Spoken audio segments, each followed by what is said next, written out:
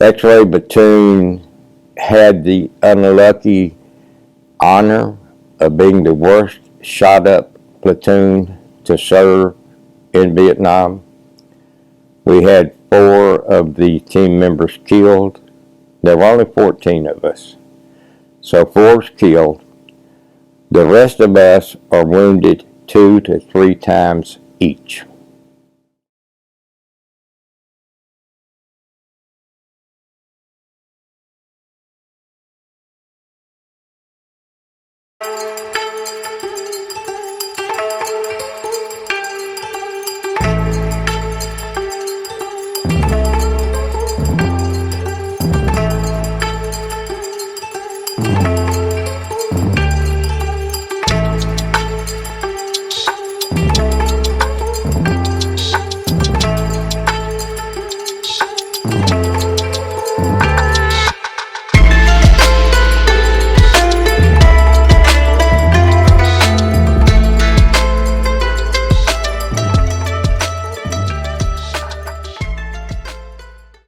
Name's Clint Majors, originally from Liberty. Dayton's only 8 miles away.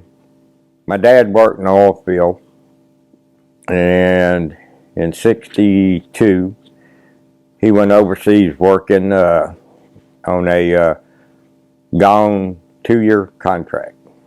Well, when that contract was up, he came back to the States, told Mom that he was leaving Nigeria and going into Algeria, North Africa, and that her and the boys could go. The only problem with that, the schools only went up to like the 8th grade. I was in high school.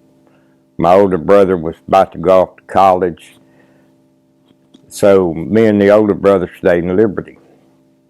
But prior to that, Mama was a nurse.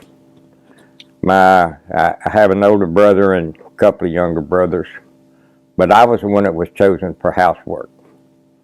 And Mama would get up early, and I'd put the brothers on the school bus to go to school and make sure they had their lunches with them and clean the house when I got home from school. And one Saturday, a movie came on, and it was a movie about the United States Navy frogmen. Richard Widmark starred in it. I was about 13 at the time. So I didn't clean house that morning. Mama was a little ticked off when she got home, so I hadn't done a dang thing, but I pointed to that TV and I told her that's what I was going to do. So she left me alone and let me finish watching the movie that day. My senior year in high school, my mother kind of forced me to move to Yoakum, Texas and live with my aunt and uncle because I was living with my older brother and going to school in Houston. And my grades wasn't real good because I didn't like to go to school all the time. So I moved to Yoakum and lived with Elmo and Doris Kaiser. And Doris was my mother's sister. And I had the best time of my life the year I lived in their house. And during that period of time, Bubba was in Vietnam. So when the news was on in the mornings, in the evenings, at 10 o'clock before we went to bed, we watched Vietnam news. I mean, there wasn't nothing said, Aunt Doris was going to turn it on, and that's exactly what we'd watch. My parents were back here in the States for a visit, and we kind of hung out with Mom and Dad, but I was gone all day long. So when I showed up that afternoon, Mom wanted to know where I was. I told her I had gone to Houston and joined the United States Navy, and she slapped me harder than I had ever been slapped in my life. And so I went off to the Navy. Mom and Dad went back to Africa. I went to boot camp in San Diego, went to an A school in San Diego. Then I checked into the Navy's underwater demolition training. And that's where I met your so-called Uncle Dave Perry for the first time. Dave was enrolled in class 52. I got enrolled in class 52. I got medically backed up to class 54 and graduated with class 54. But Dave and I had remained friends that whole period of time, even up to today's date. And at that time, Navy frogmen and SEALs had two separate roles from each other. And to get in the SEAL team, the instructors at training picked who they thought would want to go to SEAL team, and then we were asked if we wanted to go to the underwater demolition teams or go on to SEAL team. And about 7 of the guys out of my class were asked to go to SEAL team, and all 7 of us did.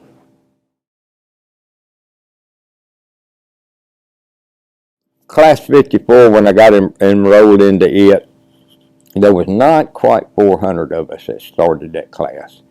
And we graduated a little bit over 50. And I remember the first day I ever walked into the training unit. I walked into the front door. There was a chief, his name was Chief Jones. I can't remember what Jones's first name was. And I had a little tummy that I've always had. Chief Jones stuck his fist about 8 or 9 inches up inside my stomach and looked at me and said, "Well, Butterball, you won't be here long, will you?" And so I fooled him.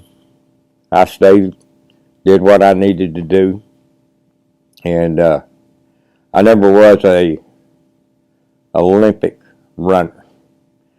And in the training units back then, the instructors would cut 6, 7, 8 guys that were the last 6 or 7 or 8 guys in a run. And I would always be the first one they would cut, or the last one. They'd start with the last guy and work forward. So they would work up to me, and that's where it'd get cut. And so we would have to run extra on the beach. And the instructor that did this all the time, his name was Vincent Olivera. And Vincent would regularly tie a rope around each of us, tie it to the bumper of his Jeep, and pull us. This one guy tripped and failed. Olivera screaming at him, he tripped and failed. He tripped and failed. He tripped and failed. Olivera told him, he said, "If you fall one more time, I'll run over you." Well, we didn't make it probably 20 more yards, and this kid fell again. He threw his arms straight up in there, and he just screamed, "Run over me, Olivera." And one of the other boys I went through training with was named Wally Jimenez.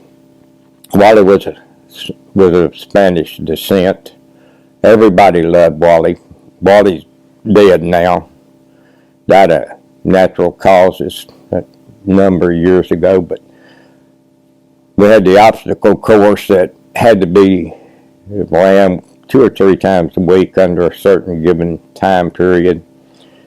And they had what they call a slide for life on it. And this telephone pole must have went 40 foot up in the air, and the rope stretched way out to another telephone pole that was probably only 30 foot in the air. And you would either lay down on the rope and slide to the other one, or you would hand crawl to the other end of the rope. The instructors would stay on the ground and throw rocks at you.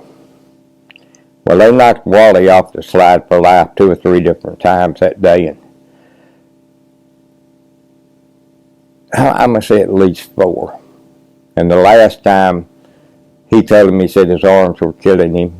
He needed to go to the doctor there on base, and Olivera told him, "You got 2 choices." He said, "Right after the slide for life, we got a 4-mile run." He said, "Now you can go on this 4-mile run, then go to the doctor, or you can quit now and go to the doctor." So Wally went on the 4-mile run, went to the doctor there on the Naval Amphib Base, and he came back with both arms in a cast.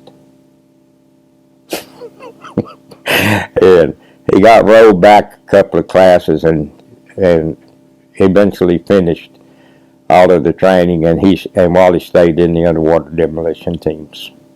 One of the things we used to do with it, we'd go down near the Tijuana border, and it was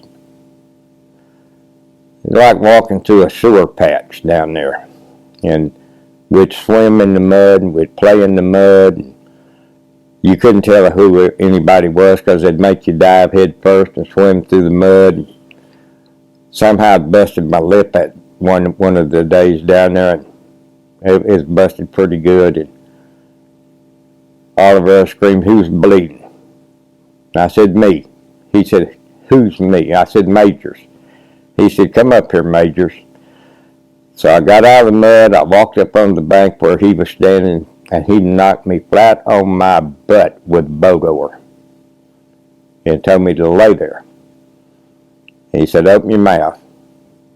I opened my mouth, and he filled my mouth full of sand. He said, "It'll quit bleeding here in a minute." And, you know, there are a lot of horror stories of what goes on in training. And believe it or not, a lot of them are true stories.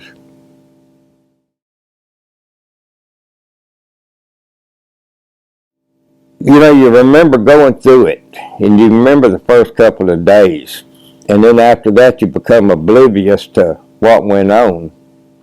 And back then you got very, very little time to fall asleep, okay? 6.5 days worth of crap. And it was night. We were in our IBSs, which is a small rubber boat. Be about 7 of us in the boat, 3 guys on each side paddling, and 1 guy acting as the rudder in the back. And the boats would stay pretty close to each other so that the instructors could keep an eye on us in the dark. One of the guys, he said, "Anybody got change for," and this was like day 4 or day 5 with no sleep. He said, "Anybody got change for $1?" And we were all just expecting change for $1. He says, "There's a Coke machine over there, and I need to get a Coke." So he just stood up and walked right out of the boat into the base. And he was definitely hallucinating. And when Hell Week was actually over, the instructors, I was married at the time, so the instructors would call the wives of the girlfriends and tell them they could come pick us up. And the ladies knew exactly where the compound was, what it looked like, and where the parking lot was. So one of the instructors told me to go over and lay down on the grass right next to the asphalt parking lot. And my wife, when I finally did wake up, she said she'd been sitting there 4 hours. I wasn't probably 6-7 feet from the car. And by that time, your body is swelling up with what they call elephantitis back then, or whatever you want to call it. And she could not even recognize that that was me laying on the ground. Either right under or right over 300 that quit in my training class. So they would, right there on the edge of the training base, they'd have to pile a little bunch of sand up like a grave and put their helmet on it. And so we got to watch that little graveyard grow and grow and grow and grow. Cold water is what made a majority of the people quit. The Pacific Ocean is cold.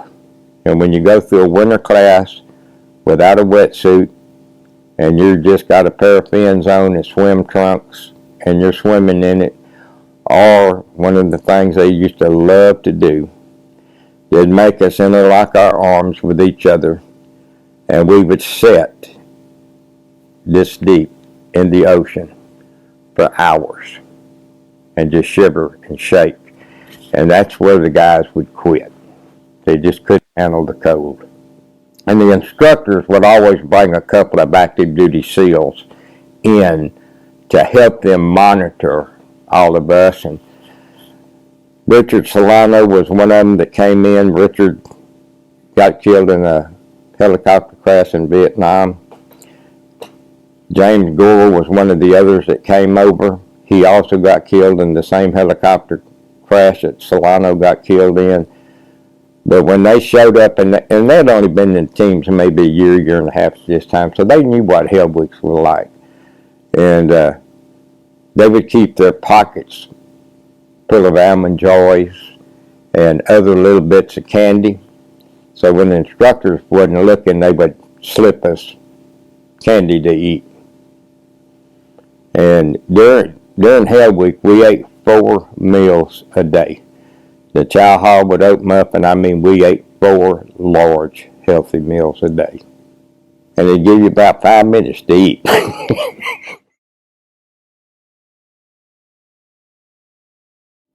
Back then, I don't know how it is today, but dive was either the second or the third phase of training. And you spent a lot of time in the water. Back then, we were swimming with double hose regulators, which had a mouthpiece in, and it had 2 hoses that went back to your air tanks. And Oliveira loved me because I'd gone to secretarial school as a Navy yeoman. So he called me his titless wave. I was a man as a secretary instead of a woman. And so that caused me to get picked on quite a bit. We'd be in the boat fixing to dive into the San Diego Bay, and Oliver would come over and tell me to open up my mouth. And at all times, he had a large wad of chewing tobacco in his mouth. He would take it out of his mouth, tell me to open my mouth, and he'd put that wad of tobacco in my mouth. He said, as soon as this dive's over, I want my tobacco back, and you better have it in your mouth. So every time you took a breath, you're sucking down the air, and the wad of tobacco's moving, and as you exhale, it's moving. And he was serious. When I got out of the water, he wanted his wad of tobacco back. Last things you do, one of your big runs was a 16-mile run from SEAL Team 1's headquarters down to the Tijuana Mexican border. Oliveira ran it backwards, outran us all, with a wad of tobacco in his mouth, cussing us the whole time.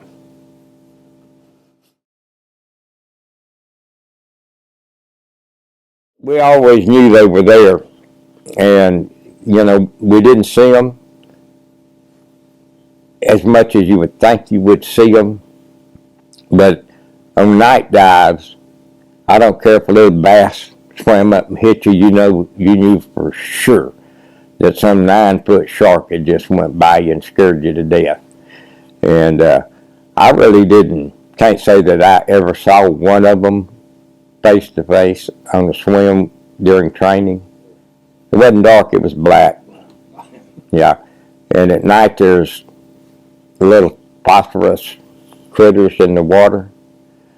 And so as you're swimming on a night swim, it's like sparkling, like lightning bugs lightning up underwater. And it's pretty eerie, but it's really good looking too. And the other thing that Oliver would do to me, if he didn't give me a wad of tobacco to put in my mouth, say on a 3-mile compass swim, he would take my face mask away from me. And when we did a compass course, there'd be 2 of us. And you had a tack board that had a compass hooked into it and everything, and you already knew where you were going and the distances you were supposed to go. And it would take, say, 30 to 40 minutes to an hour to do one of the compass swims. I did a lot of them with no face mask. The pool's good because they're teaching you how to survive, and whether your ankles get tied together and your hands get tied together and you got to tread water for the next 30, 40 minutes and you're just sinking bouncing off the bottom of the pool, coming back to get a breath of air, slowly sink back down and come up. But the worst one was when you had to save an active drowning victim. Now, Chief Allen instructors, and Chief Allen was a big man. He was in the pool as my active drowning victim that I had to get in the pool, bring him to the edge of the pool, and get him out of the pool. Now, he dang near drowned me that day. And to my best of my recollection, I did get him over to the edge of the pool, but it was me who got picked up and put out of the pool. You'd be in full dive gear. 2 or 3 or 4 instructors would be underwater in dive gear. They'd swim up behind you, and they would actually turn your valves off to where you wasn't getting any oxygen. You had to be able to reach back there, turn it back on. They would take your mouthpiece out. You'd have to clear it, get it back in. They would jerk your face mask off. So underwater, you're having to put your face mask back on, get all the water out of it, and continue swimming while they're continually harassing you the whole time. One of the guys that I went through training with, Fred Smith was his name. Fred could hold his breath right at 5 minutes. He had been an Olympic swimmer, and he could just go down, lay on the bottom of the pool, and stay there forever. And I'd be pushing 1.5 minutes, and then I was wanting to get out.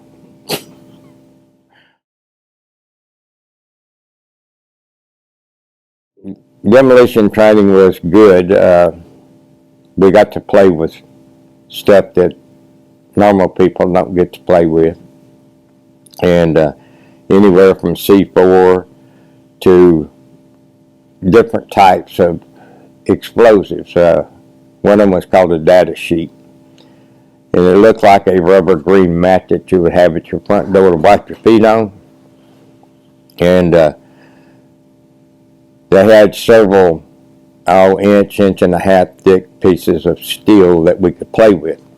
So we would take a lizard, a live lizard, put him on the plate, steel, cover him with a piece of data sheet, and in corners we'd put a blasting cap in there. And when it was set off, the charge would go through the data sheet, meet and bounce across there, and we could blow a complete fossil of a lizard into 1.5 inch piece of plate steel. And when I say a whole fossil, you could even pick out the toenails on the lizard in the piece of plate steel. So it was good, it was fun.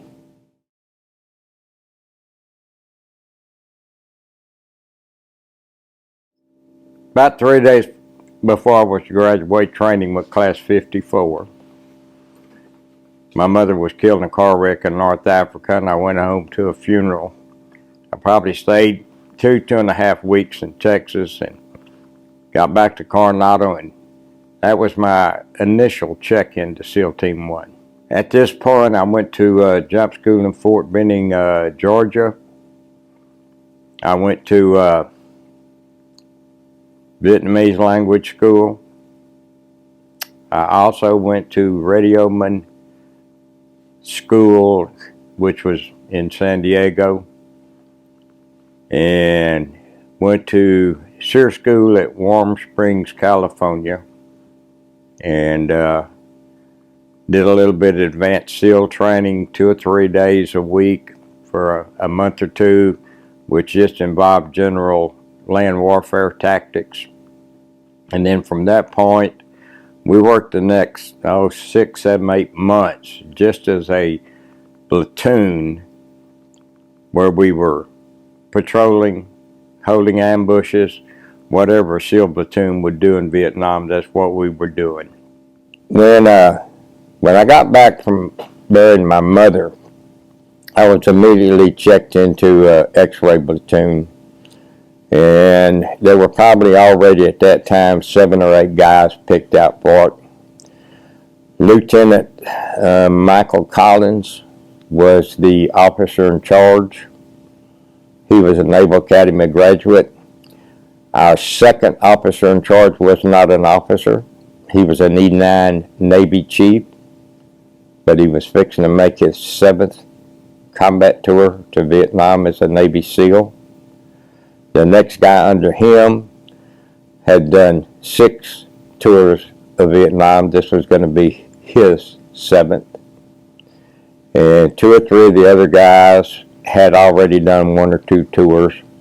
And there weren't but like 4 of us that this was going to be our first tour of duty in Vietnam.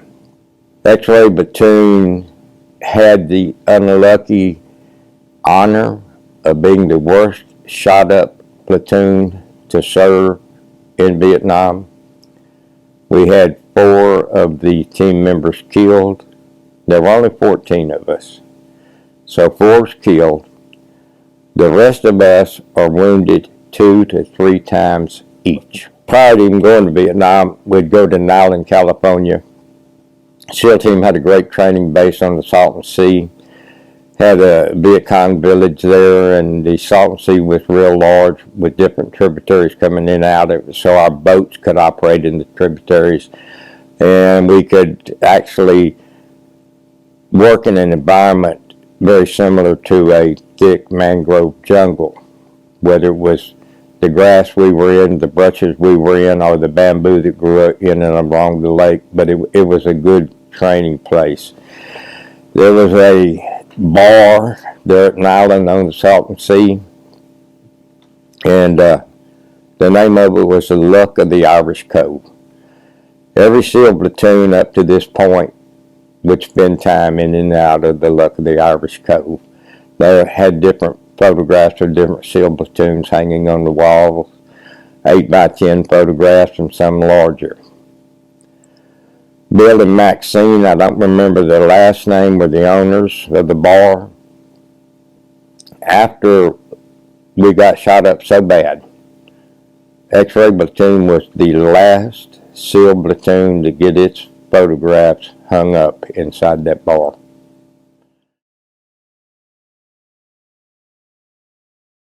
We flew out of North Island, which is just right down the road from SEAL team. And we all mustered. Frank Bomar was the chief. He was second in charge. We stored our gear. The wives and girlfriends were there to say goodbye. Frank Bomar was there with his 2 daughters. His wife and his 2 daughters. His wife's name was Nora. His oldest daughter was named Nora. Nora at that time was somewhere about 20, 22 months old. The younger daughter, I can't remember her name. She was still an infant when we flew out. And she had been born with a hole in her heart.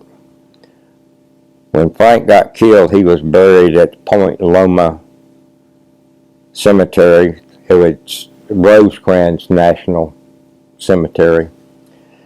And right about a year later, the baby daughter had died from heart problems, and she's buried on top of her dad there at Rosecrans Cemetery. So on one side it's got Frank's inscription, and on the other side of the tombstone it's got his daughter's inscriptions. So we packed up, got on that plane, made a trip to Hawaii. The plane stopped in Hawaii, and we made stops at, and I can't tell you the exact order, but we stopped at Midway, Wake, Guam, the Philippines, and then on into Vietnam.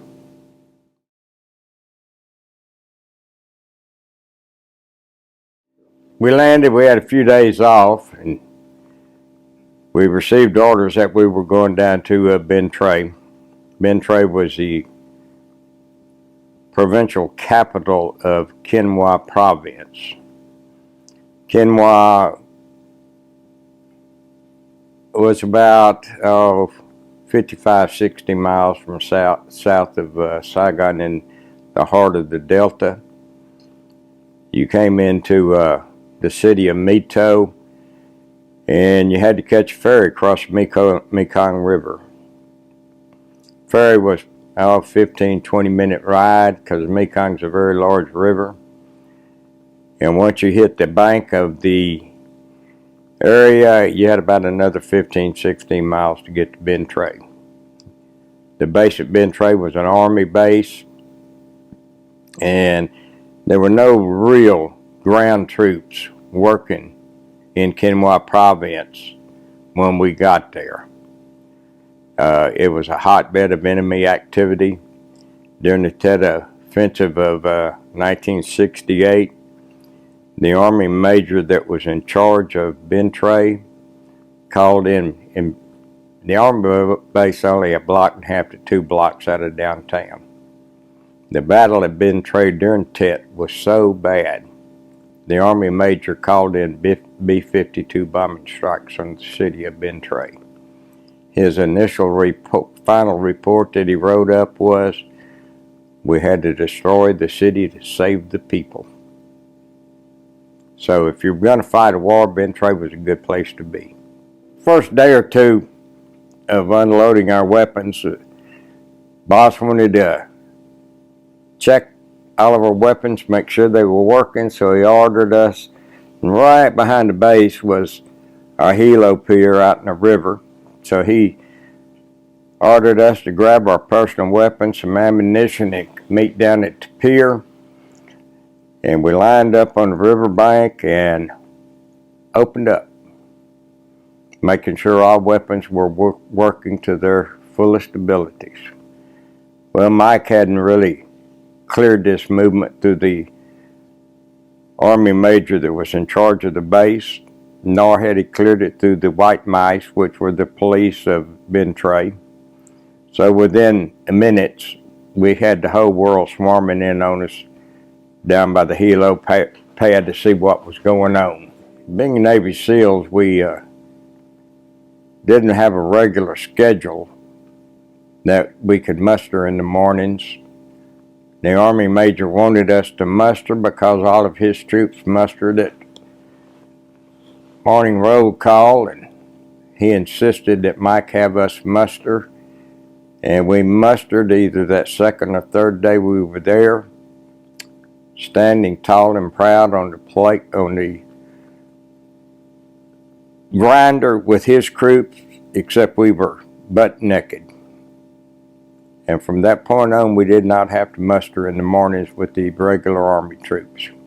Well, they thought something was wrong with us to begin with, and once we mustered out there naked, they knew there was something wrong with us.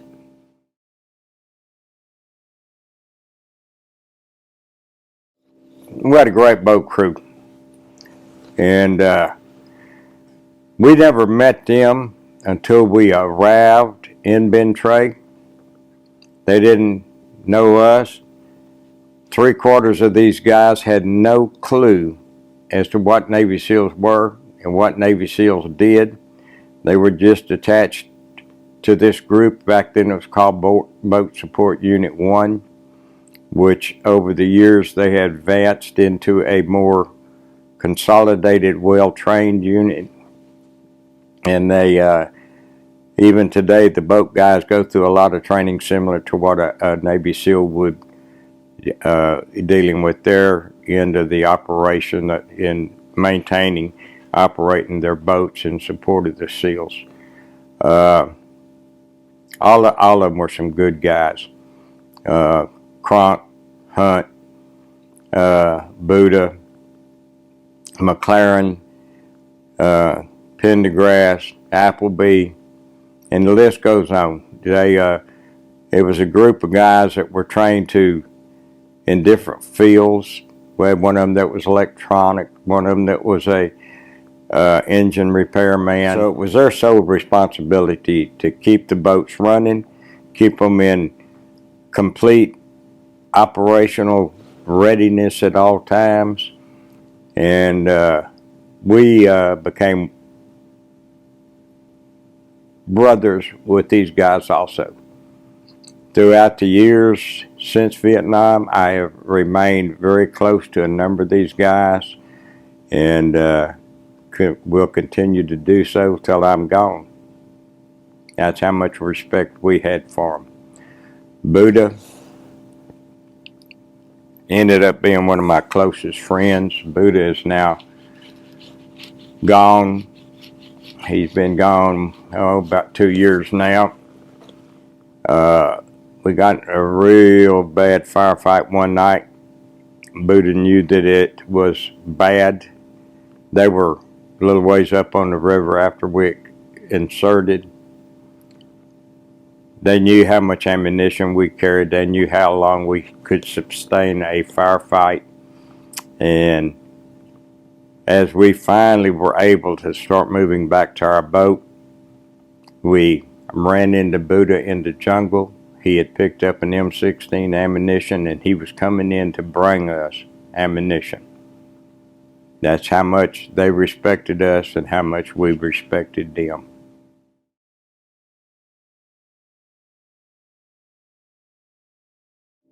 When a naval ship pulls out of port, it's going to do a 6-month deployment. So being a naval unit, SEAL team operated just like a naval ship does. We made 6-month deployments. We could go to Vietnam, come back for 6 months. We had to come back to the States, and if we wanted to go back to Vietnam, all we had to do was request to go back to Vietnam. But our official tour of each duty was only 6 months long in country. We didn't receive orders from anybody. Nobody in Vietnam sent us orders. Nobody at SEAL Team 1 in the United States sent us orders.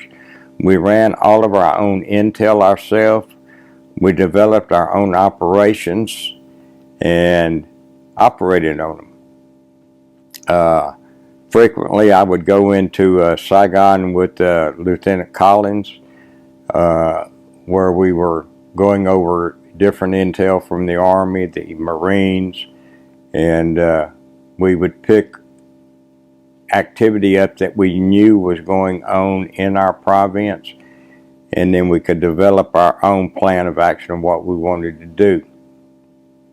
I have a large diary that contains every op that we did during this period of time. It talks about each individual that would go on the operation. It talks about personal weapons, personal gear that each one of us would carry with us in the woods. It would give the insertion points, extraction points. It'd give the terrain. It would give the current weather conditions. It would give a brief history of what we were going to do and who we were going after. Most of the time when we went in the woods at night, we knew who we were going after. If we didn't know his name, which we did a lot of times, we knew at least that we were going to go after a doctor, a dentist, a propaganda agent, a tax collector, a low-level or a high-level Viet Cong individual. So as I go back through this diary and look at it, I can think back now, 50 years later, damn, we were idiots.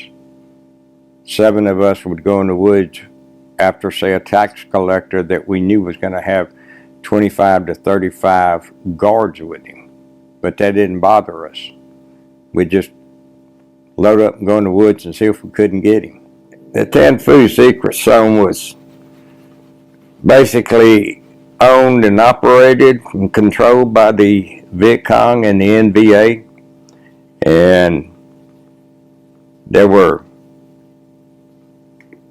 jungle warfare type military medical facilities there, not like something you would think MASH was off the old TV series, but there'd be a number of wounded soldiers that needed medical treatment.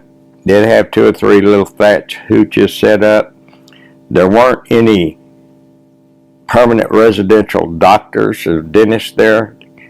They would come and go, come and go, come and go. So that's the main reason we targeted dentists and doctors. If you're laid up in a jungle environment, medical facility waiting on a doctor to come by, who's only coming by once every 2 or 3 weeks, and some U.S. forces takes care of him and he doesn't show up, then they've got to notify North Vietnam that they need another doctor to come through the area. So it might be, 3 months, 4 months, 5 months before another doctor got by to visit with them. So they were high priority on our list. I hate to guess at the amount of operations we actually ran in Tan Phu. It'd be hard for me to put a figure on it, but we spent a lot of time working in Tan Phu at night. If we did not have a specific target that we were needing to go on, not having nothing to do, we'd just go in the jungle, set up an ambush, and wait on somebody to come by.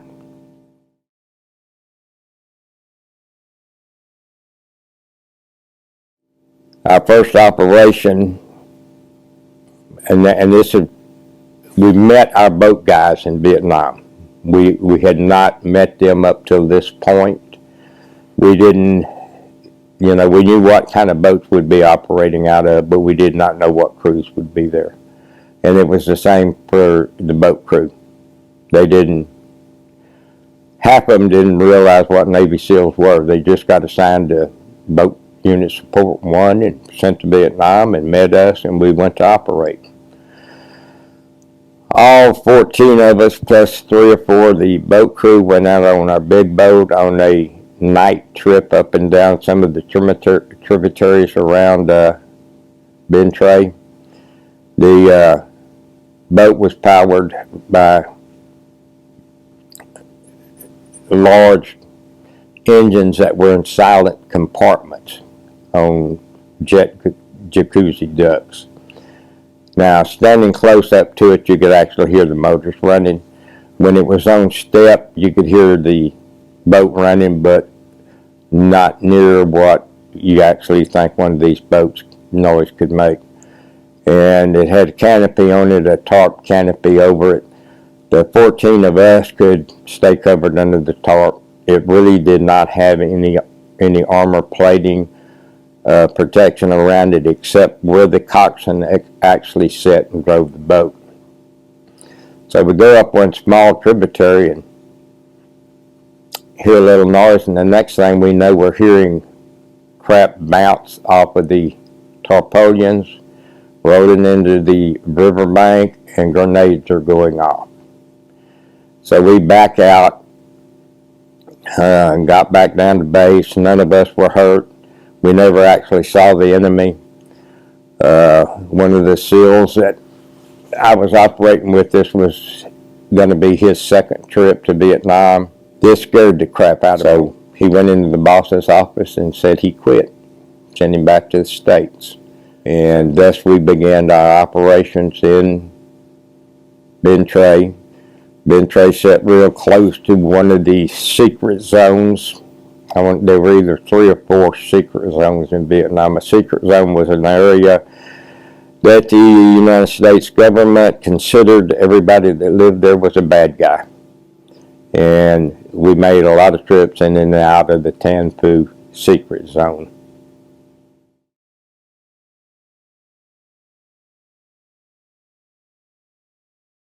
Was a daylight operation. Very, very rarely did we operate in daylight hours. We went down there, all 14 of us, and a Vietnamese scout that worked with us. His name was Dung Bang Ah. Ah was born and raised in Quang Hoa province. He was a Viet Cong at one time. His parents were Viet Cong. North Vietnamese army that come in and out of Kim Hoa province accidentally screwed up and killed his parents. And that switched to where he went to work for the Americans. I was like God does.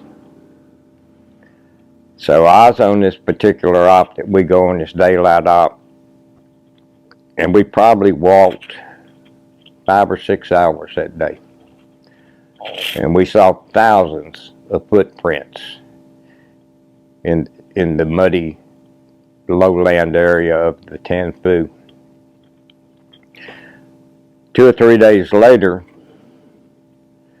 we didn't see anybody, but we saw thousands of footprints.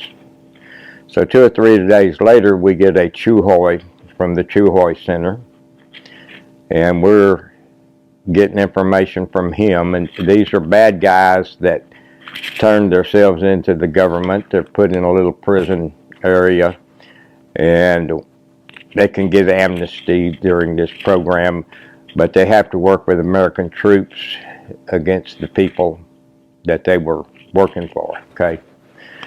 So we get this Chu Hoi, and he walks up to the map, and his finger is just going all over this map. And he's yakking. And I was yakking at him. And they talked for 4 or 5 friggin' minutes, and that little Chu Hoi just got his finger running all over that map. Like I said, there were 14 of us plus I. And when it was all said and done and I went to translating to us, we had walked our way real close to a North Vietnamese battalion. They saw us, we didn't see them. They thought, since like I said, this was a free fire zone, American troops didn't come down there unless they came in a 200 or 300 or 400 man unit. They thought that the 14 of us was a point element for a larger army movement. So they kind of left, but they left a couple of guys to follow us to see what we were doing. This Chu Hoi was one of them. And during this period of time, there was an actual wanted poster out that they ran from anywhere from $10,000 to $50,000 on that a enemy soldier could receive if he could kill a Navy SEAL and prove it was a Navy SEAL. There was that much money posted on our heads back then. So that kind of woke us all up.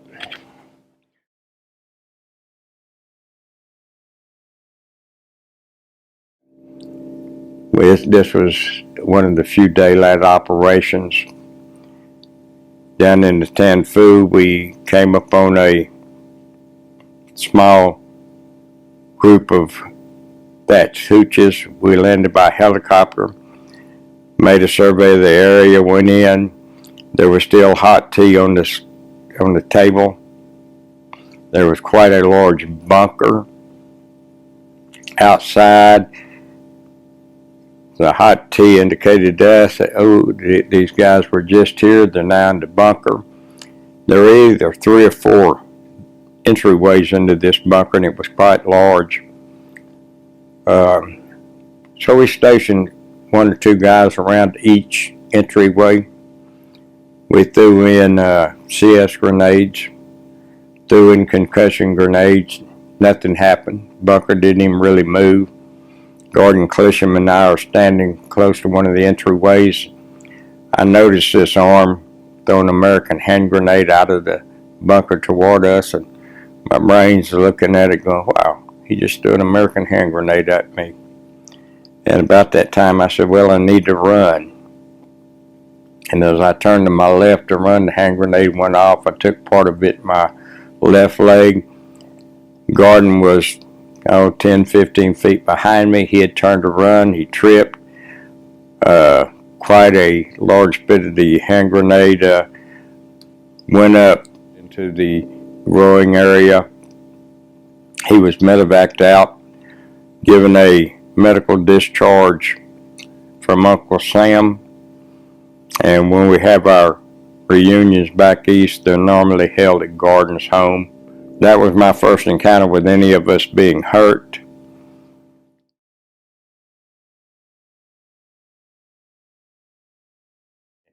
We'll talk about Alan Bader. Alan is one of the few of us that's still alive. He lives in Oregon. Don't get to see him as much as I like to. Don't get to talk to him as much as I like to. And I can't remember the exact date, but it was either November or December 70. We had gone on an operation and stayed 14 or 15 hours or so. And we were coming up onto a factory that made homemade bombs and stuff in the jungle. We knew where we were going. We just took a long route to get there.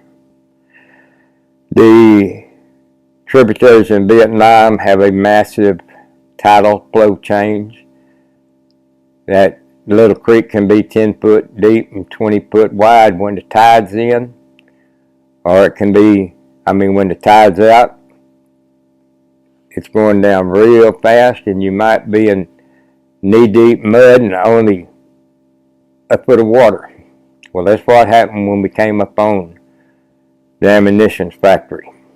We're coming out of the mud, trying to get up about an 8-foot embankment. And we come up right in front of the ammunition factory. And they open up on us. So we're trying to regroup to where we can figure out what's actually happening. Where's everybody out? Alan Bader is standing right off to my left, and he starts shaking his hand, hollering, "I'm shot, I'm shot, I'm shot." I said, "Alan, where you shot at?" So he holds up his hand, and one of his fingers is shot completely off. I got photographs of it, him at the hospital. Called in, got a medevac, sent him to the hospital. A little bit later, I got on another vac, went up to the hospital to check on Alan. So I asked one of the people on the ward there, where was the Navy SEAL that I had sent up there with a finger missing. They went, "Oh my God." They said, "We gave him a bar surgical soap and a toothbrush and a syringe of morphine." I went, "Oh crap." Well, I gave him a syringe of morphine in the jungle, but I forgot to tag him with that syringe of morphine. So he didn't tell him at the hospital. They just immediately went ahead and gave him another syringe of morphine. Well, when I walked in that bathroom, he's got his wounded hand leathered up, and he's got a surgical toothbrush just working on the nub of that finger. So all I could do was bust out laughing. And he was laughing. And then the nurses finally came in and took him away and got him all sewed up. And like I said, we're still good friends. We still talk. We still visit.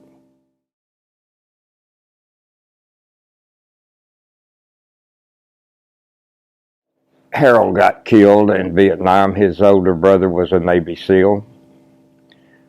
His older brother's name was Sam. Sam was 3 or 4 or 5 classes before us. Back then they were only graduating 2 to 2.5 classes a year. So Sam had already made several trips to Vietnam. This was Harold's first trip. He was 19 years old, bald-headed, had a Fu Manchu. If you went to guess his age, you'd have put him at 30, 35 years old. That's just how Harold looked. In Harold's mind, he was 5'8", 190 pounds of twisted steel and sex appeal. And the day Harold got killed, we got caught in a real bad ambush. And they had us pinned down for probably an hour. They opened up on us from almost directly in front of us, and we suppressed that fire. They opened up on us from the right side, and we suppressed that fire. They opened up on us behind us, and we suppressed that fire. And they opened up on the left of us, and we suppressed that fire. And during the initial outburst of the shooting, Harold took a round in the upper part of his right leg. It came out below his groin. It went into his left leg, hit the pelvic bone, and bounced into his abdomen. And Harold bled to death within probably 20 seconds at the most. So we're getting shot at. The boss and I are working on Harold. We couldn't really find except the one spot in the hip where the thing went in. So we did a little bit of heart massage on him, but all we're getting is the gurgling of the massive amount of blood that's in his abdomen. And Trig got shot in the leg. Clarence Betts got shot up severely that night also. And the only way we ever got out of the ambush is before we ran out of ammunition. The boss got us all ready. We gathered our dead, our wounded, and we charged the ambush back toward the river to where our boat was waiting on us. They shot at us the whole way back to the boat. One of the boat crewmen, named Gene Hicks, we called him Buddha. He knew that we were in a bad firefight because the boat wasn't too far away. They could hear what was going on. He knew that the firefight had gone on long enough that we were just about to be out of ammunition. He grabbed an M16 and came off that boat with a whole bunch of ammunition looking for us. And luckily we actually ran into him. He had probably only gotten about 100 yards toward us from the boat. As we lifted Harold to put him up on the bow of the boat, we lifted him up feet first, and the boat crew grabbed him and pulled him up. And as his head flopped over and it landed on my shoulder, and all of the blood in his abdomen poured down the front of me. And sitting in the boat that night, I went and got back of the boat, and I had Harold's head rested in my lap. And the Vietnamese guy that worked with us, he spoke a little bit of broken English, and he said, "Harold dead?" I said, "Yes, sir."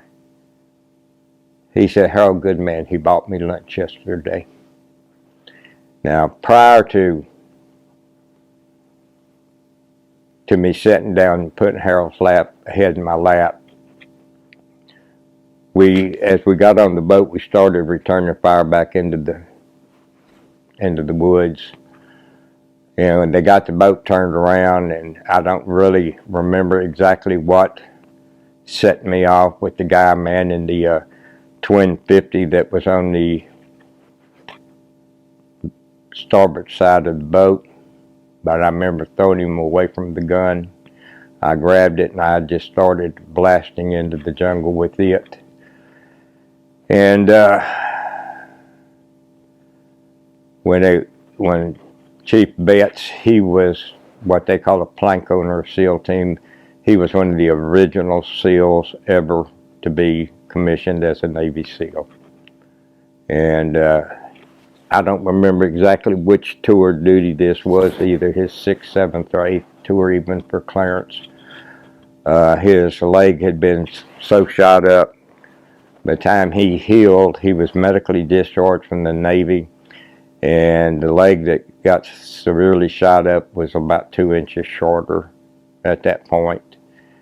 And Trig took a round through the ankle.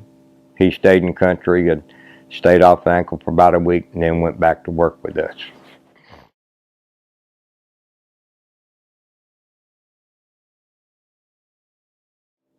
One of the other ops where we lost our first 2 guys, and there are certain things you're trained to do or not to do. One of the things that you're trained not to do, you never go back and insert into an insertion point that you have previously inserted in. Frank had ran an op on this small tributary off of the truck gang. And about 2 weeks later, he took second squad out, that's him and 6 other guys. They inserted exactly at the same spot that he had previously landed the boat in onto the shore. And the first thing that you would do, you would hit the beach. Everybody got off that boat just as fast as they could. You would immediately sit down for 5, 10, 15, 20 minutes, whatever it took, and you would listen. The boat would pull back down the river ways and then pull into a riverbank and kind of hide itself in the dark. Now, like I said, this was Frank's 7th trip to Vietnam. He had been a PRU advisor on one of the trips right in Ben Tre itself. Frank was a big man. He was probably at this time the largest SEAL operating. Frank was probably, I'm going to say 6'4", 6'5". Not really fat, but he was pushing 320 pounds. And we had all heard the legends of where he had walked into a Viet Cong ambush one night. They had never seen a man as big as Frank. They did not open up on him because they didn't think they could kill him. So after they had sat there that 10, 15 minutes, whatever it took, they stood up and proceeded into the jungle, and all hell broke loose. The Viet Cong had come in and dug fighting holes and trenches a little ways inside the jungle. Jim Ritter was walking behind Ah. Ah was basically moved out probably upwards of maybe 10 yards. And then Ritter, walking point for the American SEALs, was behind him. Frank was behind Ritter. Rick Hetzel was the radioman for 2nd Squad. He was 3rd in line. Right behind Rick was Happy Baker. And then another Vietnamese scout that was down working for us. Well, as they stood up and started moving into the jungle, like I said, all hell broke loose. Jim Ritter took 3 rounds in the heart that I could have covered up with a silver dollar. Frank took a rocket launch grenade right in the groin. Our radio backpacks that we carried were running anywhere from 70 to 80 pounds. So when Rick or I sat down and had to get up, we would lean forward on all 4s and then push ourselves up. As Rick was getting up, he took an AK round right in the shoulder. It came out below his shoulder blades. It knocked him into Happy Baker. Happy was carrying a sawed-off M60 machine gun. The force was so great that it knocked Happy back into the river and the other Vietnamese scout. And the boat at that time had called into us to let us know that 2nd Squad was in a bad firefight. Our boats were parked up to the river right there where our base was. So there was always a SEAL sitting on the dock with a radio guarding the boats. I just happened to be sitting on the dock that night with my radio when I heard the call come in. And I notified the boss. So shortly, 1st Squad, we got in one of our other boats, headed down the river to the ambush site. SEAL Team 2 had a group of Navy SEALs working out of Mito, which wasn't but maybe 16 miles from us. We notified them also. They came down with a whole 14 squad of SEALs from SEAL Team 2. And when we got down to the ambush site, as Rick got hit, knocked Happy into the into the river, and Rick was shot up pretty good. I'll go into that a little more in a minute. Happy had to get Rick out of his radio gear and swim him out into the Truck Gang River, which the Truck Gang's one of the very large tributaries off the Mekong. And the boat came in and actually found them and pulled them aboard. We got down there, and I wasn't anywhere around. Like I said, he was walking in front of Ritter. The scout wasn't anywhere around. There wasn't any activity going on the beach. So all of us opened fire away from the actual ambush site into the jungle. We waited till daylight to go in and retrieve the bodies. And that's when the realistic, what went on, Frank should have never pulled in to that riverbank the second time. We recovered Frank's body and Jim's body. We did not pick up all of these spent enemy cartridges.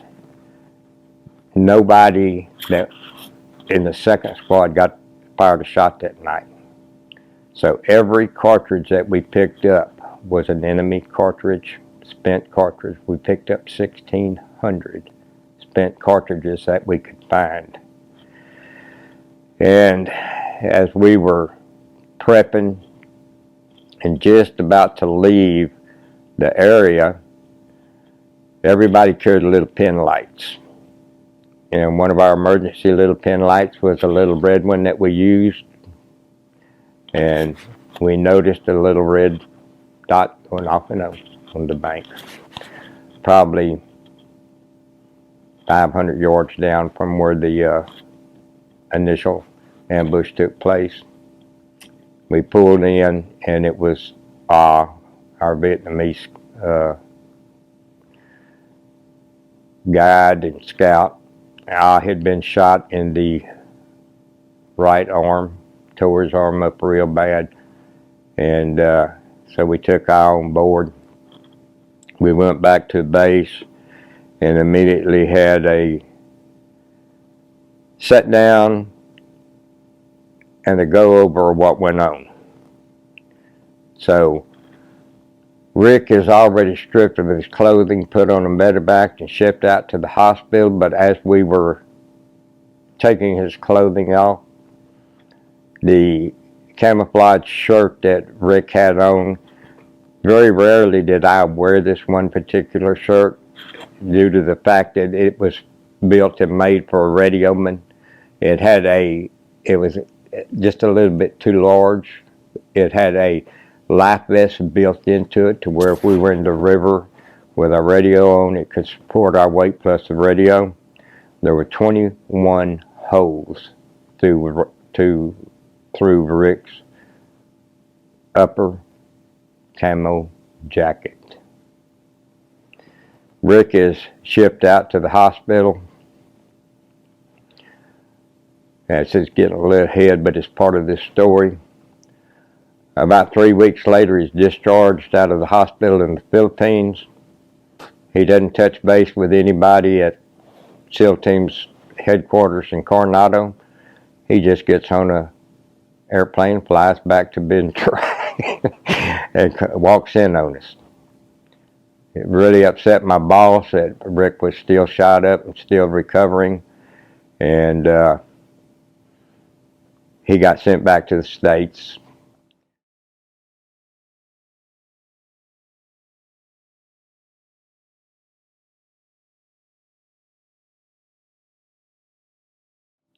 Now, Jim Ritter, like I said, took 3 rounds to the heart. Probably 2 weeks prior to this happening, we were in the same general area where this ambush took place, maybe a mile or two from where it took place. We went to make a 90-degree right-hand turn that night. So as we were trolling in the jungle, the guy in front of me, his gun would be on fully automatic, but it's pointing to the right. My gun would be on fully automatic, pointing to the left. The guy toward me, behind me, would be on fully automatic with his weapon pointing to the right. So it crisscrossed all the way down. We were close enough to where I could whisper into the guy's ear behind me. The guy in front of me whispers, we're fixing to make a 90-degree right-hand turn. I told the guys behind me, they passed it all the way back down. We're not moving at this time, we're standing still. We start to make a 90-degree right-hand turn. There's walking rear security that night with an M60 machine gun. He's already been told we're fixing to make a right-hand turn. He hears something off to the right, and he opens up with an M60 machine gun, and he shoots Jim Ritter in the left cheek of his butt. Jim goes to the hospital, and luckily it went through nothing but the fleshy part of his buttocks. So about 2.5 weeks to 3 weeks later, he comes back and operates with us. This is his first time back in the jungle, and he gets killed that night. The wives or the parents of us would know we were in Vietnam. They did not know exactly where we were in Vietnam. We were butts to each other on how we dealt personally with each other. The boss told me to have everybody standing on the grinders. He had gotten a letter from Jim Ritter's mother, and he was going to read it to us. This was about a month after Jim's death. We're standing at attention while the boss read the letter. Miss Ritter says that Jim was doing what he wanted to do. She did not know the circumstances upon the death of her son, but she knew he was serving his country, doing what he wanted to do, and that was all she could ask of her son. And at that point there, when the boss got through reading the letter, he said, I just want y'all to remember and start treating each other a little bit better and not as much horseplay. So that was kind of a wake-up call.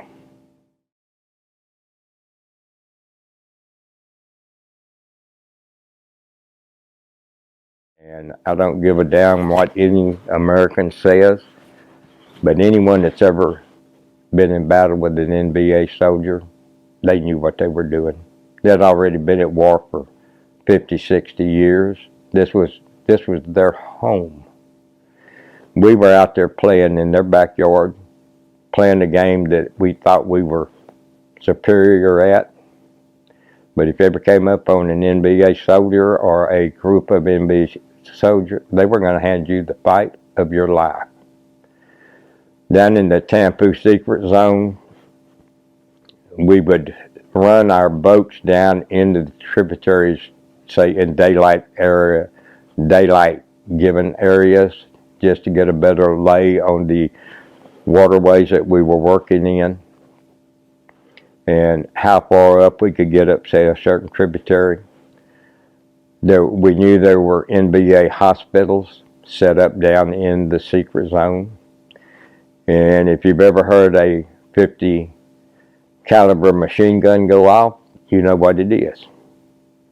If you've ever heard a Chinese 51 caliber machine gun go off, you know exactly that that's a 51 caliber communist made machine gun. Numerous times we would be down in the jungle and hear them test firing 51 caliber machine guns. And so we knew what was going on back in there. They, hospital-wise, you know, it might be just 2 or 3 small hooch grass huts built where the wounded soldiers would be. The doctors weren't there permanently. They would be traveling physicians out of the north that would make rounds into certain areas where they knew. So they would come in and out. And the dentists were the same way. They would come in and out of the north. They would work into the different zones that then you were safe enough for them to travel in. We're down into the secret zone. This was another dumb daylight operation. There's 7 guys in the woods. So noise is heard. We're not too far off a small tributary. There are like 5 sandpans. A sandpan's like a Louisiana flat-bottom pirogue. There were about 10 guys in each, anywhere from 7 to 10 guys in each one of the sandpans. It's right about lunchtime. They pull into the riverbank not too far from the SEAL squad. Everybody at this point is hunkered down hiding. They walk a little ways into the sparsely dense jungle. They stack their rifles up in like a little teepee stand and they start cooking lunch. And then there's at least 30 of them. At this time, the SEAL squad is set up in an L-shaped ambush with these 30 guys pretty close to the middle of the ambush area. There are at least 2 M60 machine guns that shoot 800 rounds a minute. There's at least 3 Stoner machine guns that shoot close to 800 rounds a minute. There is 1 M16 with a 203 grenade launcher attached to that M16. And they're sitting there unarmed with their guns stacked up eating lunch as we're getting ready to open up on them. And Brown said, "I'm not going to shoot." He said, "There's 30 of them, they'll kill us. I'm not going to shoot." We could not chance on not using his M60 machine gun. So the whole SEAL squad sits there until they're through eating and gets in their boats and leave. Then the SEAL squad gets in its boat and goes back to base. And the next morning, Brown is on his way back to the States and kicked out a SEAL team. So he's the second one gone. So we're having to have replacements come in to take the place of the guys that are killed or the guys that are kicked out. Happy Baker comes into X-Ray Platoon as a replacement. Paul Barnes is sent to Uncle Dave's platoon as a replacement for one of their guys down at Rockjaw. We get another one of our guys killed just as Dave's platoon is shutting down and coming stateside. And they end up sending Paul Barnes down to us as a replacement. Paul and I went through underwater demolition training together. We went to SEAL team together. So I'd known Paul since our beginning in the middle of '69. While he's down at Rockjaw with Uncle Dave's platoon, they go out into the South China Sea one night, and the officer in charge was Lieutenant Marsh. Paul's the other guy, and there's 4 or 5 LDNs, which are Vietnamese trained Navy SEALs. They're checking papers out in the North China Sea, and a large sampan goes by them with no light on. They try to stop them. They held them to stop. The enemy guys in this large sampan turns around and opens up on the 2 Navy SEALs and the 4 or 5 Vietnamese SEALs that are in the boat. Lieutenant Marsh is shot up real bad. All 4 or 5 of the Vietnamese SEALs in our boat are killed. Paul takes his Stoner machine gun and just opens up on the sampan as it's going by them, blowing them away. And when it's all said and done, Paul lowers his Stoner machine gun in the bow of the boat, and in the stern of the boat, and the boat just sinks with him. And so Paul is left out there with Lieutenant Marsh shot up real bad. And Paul swims in the North China Sea for the next 3, 4, 5 hours with Lieutenant Marsh under tow. And for this operation, Paul is awarded a Silver Star for saving Lieutenant Marsh's life. So Paul is sent down to work with us. It was a great pleasure to see my teammates show up from training. And the boss and I had been working on some intel of a weapons cache in the jungle. We had picked up a Chuhoi center that had this intel. We'd probably been working on it a week. It was Sunday morning, the 28th of February, 1971. The boss told me to get ready, that I would be running this operation. I was to pick who I wanted to take in the woods with me that day. Enlisted SEAL men are not allowed nowadays to run a mission. Most of us during the Vietnam era ran an operation with everybody under our command. It was just a practice that we all did because we were all virtually cross-trained in each other's jobs. So I picked out 6 other individuals that I wanted to go in the woods with me that afternoon. We traveled by our light SEAL support craft known as the LSSC number 11.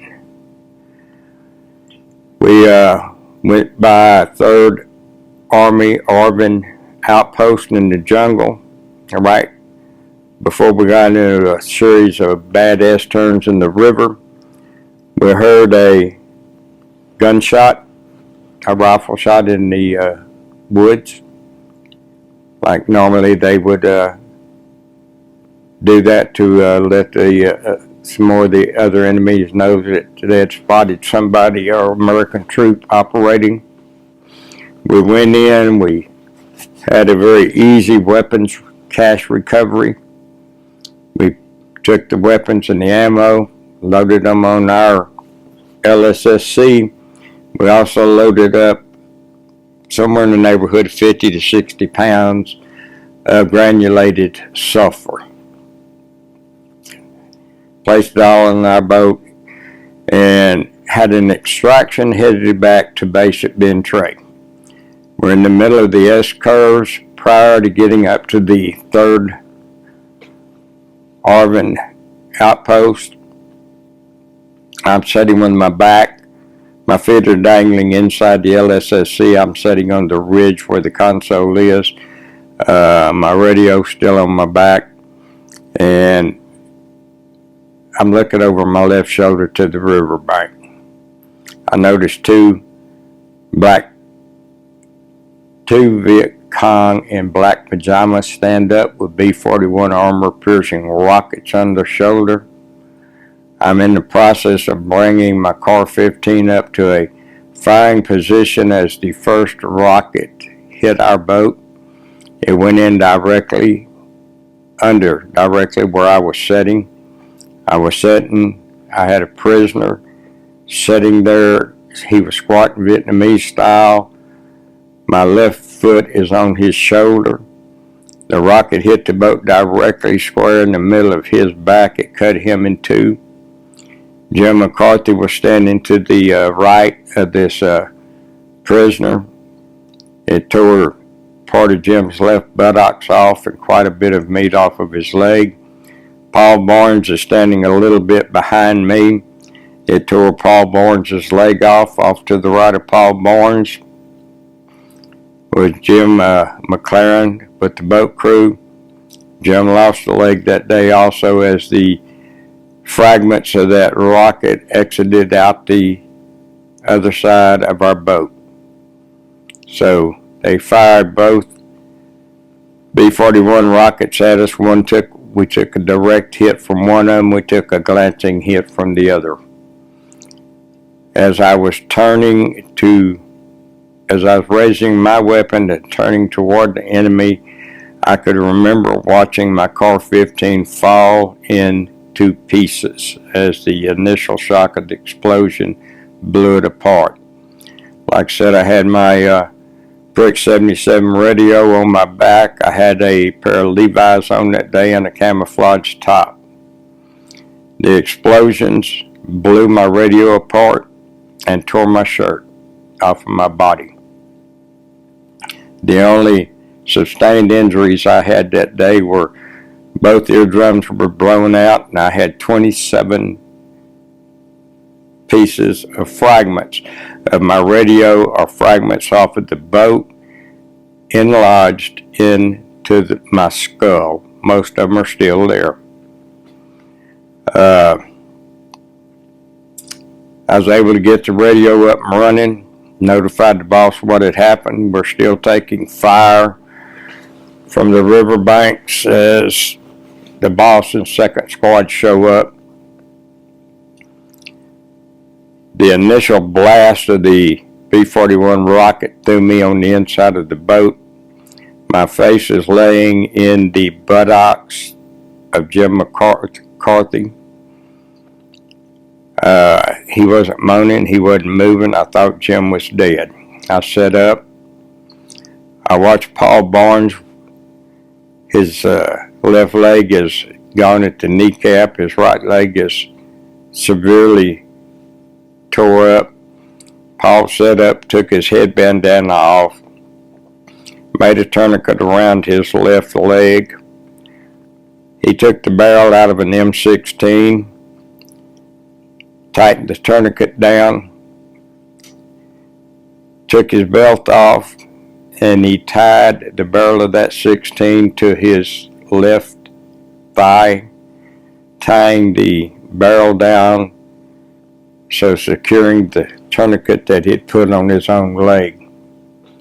He took a pack of Marlboro cigarettes out of his shirt pocket, put one of them in his lips, went to light it. His eyes rolled in the back of his head, and he passed out and fell over.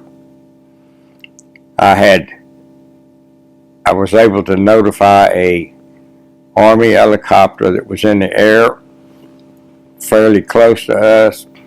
It was carrying some Vietnamese troops. I ordered him to land, that I had severely wounded Americans on board. I ordered him to land to unload the Vietnamese, pick up my wounded, and take them to the hospital, which he did. As I picked up Paul Barnes and put him inside the helicopter, Paul woke up for a brief few seconds. He looked me in the eye and he said, "Major, do not let them cut my leg off." His leg's already gone. Like I said, this was the 28th of February 1971. I made the second helicopter trip to the hospital. Me, Don Barnes, and Kronk, who was with the boat crew. We all went up because we had shrapnel wounds and blown out ears.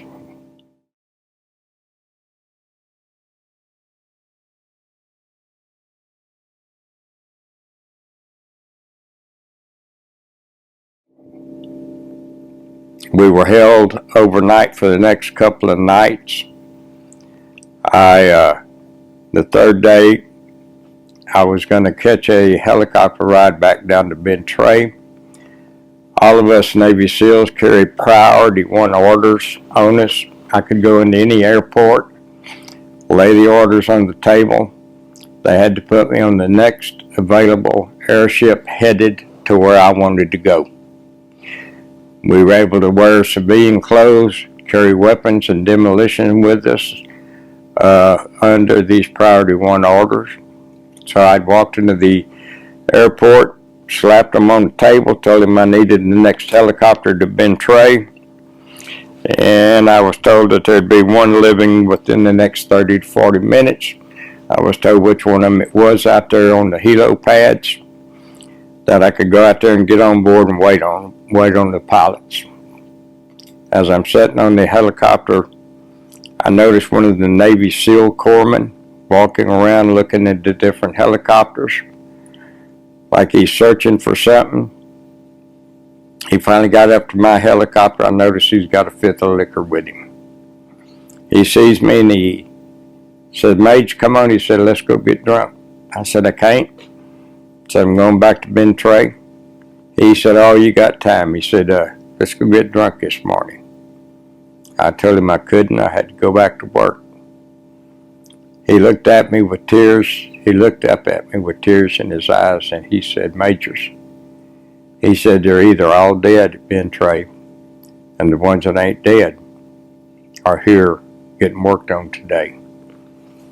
The boss had wanted to do one more operation before our tour duty ended, so he loaded up the guys and went on an operation in Tan Phu Secret Zone, very close down to the South China Sea.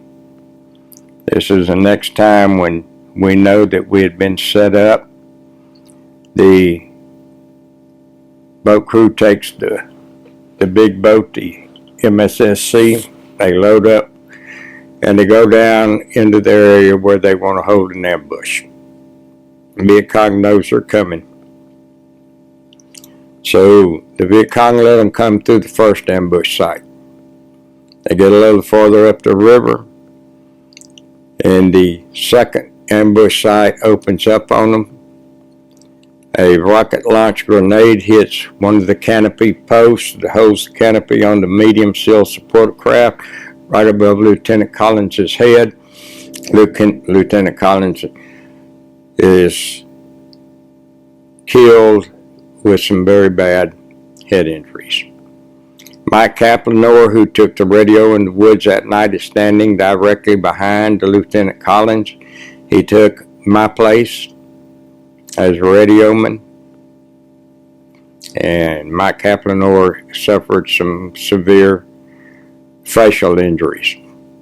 Ludacros, who was with 2nd Platoon, he's an East 7 petty officer in his 6th trip of duty to Vietnam at this point.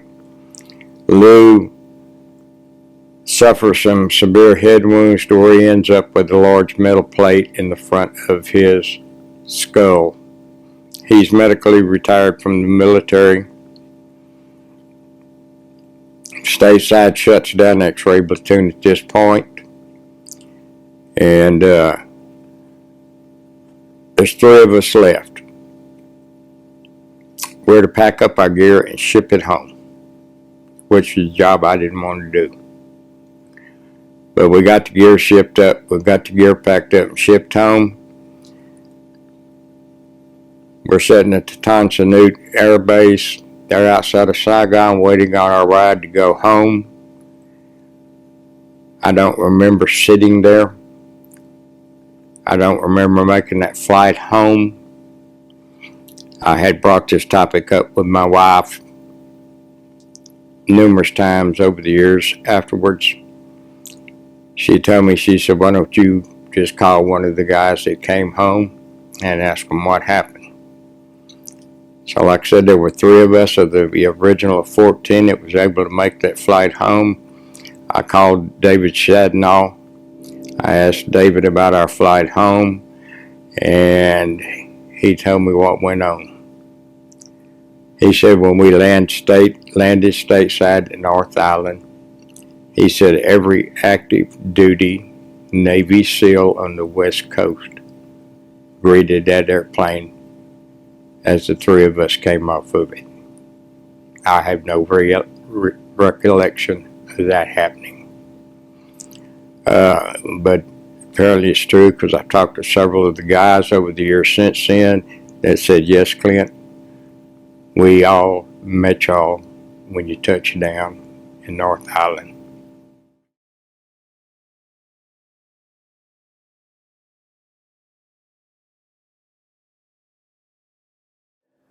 Tip Amon, one of the Navy SEALs who did 30-something years active duty before he retired, was one of my friends that I went through all of my training with.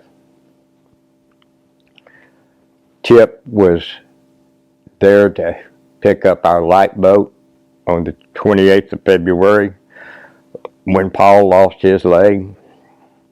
Tip was also one of these SEALs that went in 3 days later to pick up the big boat. And Tip used this in his teaching of younger SEALs over the next 30 years about leaving brothers wounded or dead in the jungle and how to get them out, and explained to them that when he got there, he knew that these were brothers he had gone through training with. On the 28th of February, on that where Tip came in to get my boat out that we left in the jungle, Tip said that there were several M16s laying in the bottom of the boat.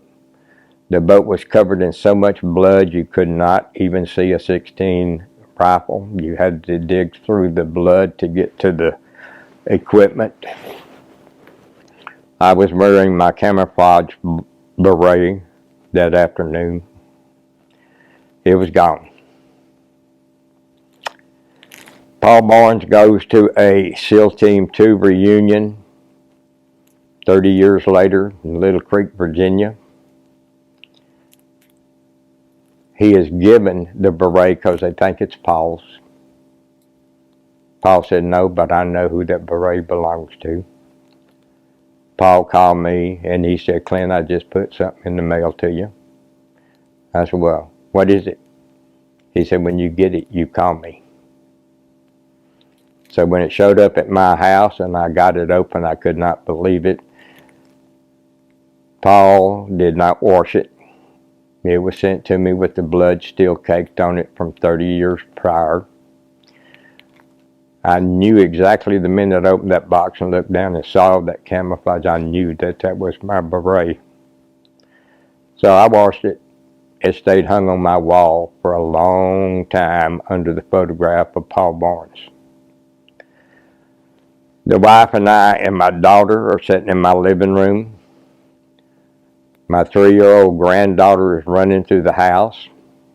My bed's right up against the wall where this beret's hanging on the wall. I've got a photograph on my phone I'll show you in a little bit. My granddaughter comes walking down the hall with my beret on her head and just goes, Papa, look. And I mean, that was just a touching moment to see her with that beret on her head. The beret now hangs in my 14-year-old's grandson's bedroom on the wall, and that's where it'll stay.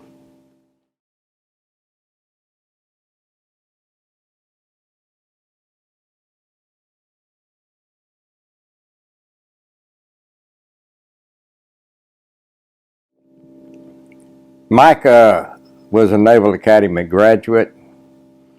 He had swam in tryouts for the 1964 Olympics. Even to this day at Annapolis, the pool is there, and there's a plaque inside as you're coming into the pool there in dedication to Mike Collins.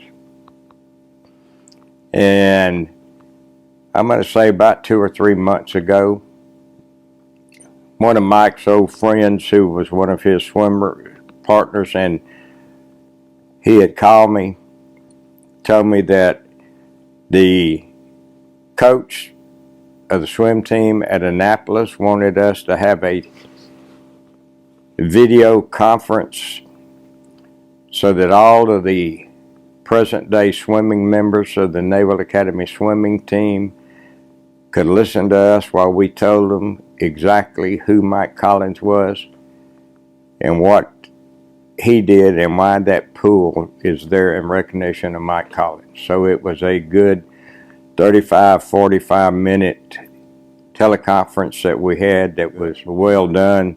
Dick Beaver was the friend of Mike's that had contacted me, and the main conversation revolved around me, Dick, the swim coach, and one other military officer that had served in the Vietnam campaigns. Mike was just one of the most outstanding men I've ever known. Brilliant guy, well loved, well liked by all of us, and I've carried his memory with me so long that 30 years after his death, I had my first son, and my son is named after Mike Collins, where my son's name is Michael Clinton Clint Majors, and I did that solely in respect for Mike Collins.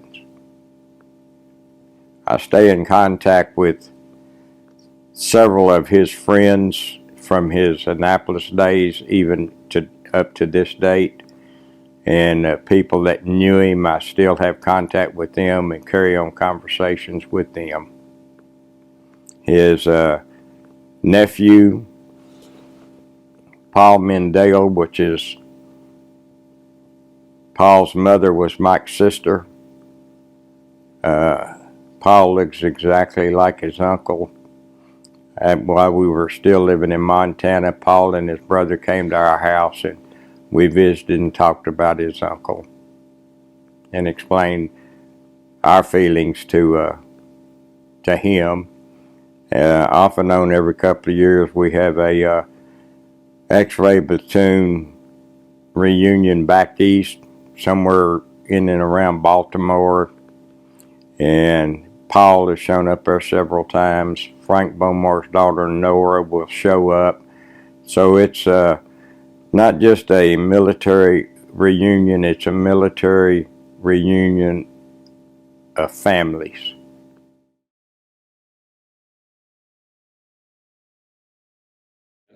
Dung Vang Ah. He was born and raised in Kim province. He had been involved with the NVA. The NVA accidentally or something killed his parents, and it upset Ah tremendously. He switched sides and started working with Navy SEALs, and he was like God does. He knew Kim province like the back of his hand. So when we went into the woods, he was always walking point, even in front of our point man. I would be 5, 6, 7 yards in front of our point man. And it was just a supremely fantastic relationship we had with him. We all loved him. Close to Christmas time, we were getting packages from home. And I even slept in the same barracks that we slept in. Had his rack in there right close to mine. And I'd gotten a whole bunch of Christmas boxes a week or two before Christmas. And I came in. I was sitting in the middle of our bed opening my Christmas presents. And he was having a good time. It did not upset me. And if he were alive today and I knew where he was, he'd be living in my house. That's how much I thought of him and how much the other guys thought of him. Gordon Clisham and several of us have tried to trace him down over the last 20 years, but we haven't had any results in doing it.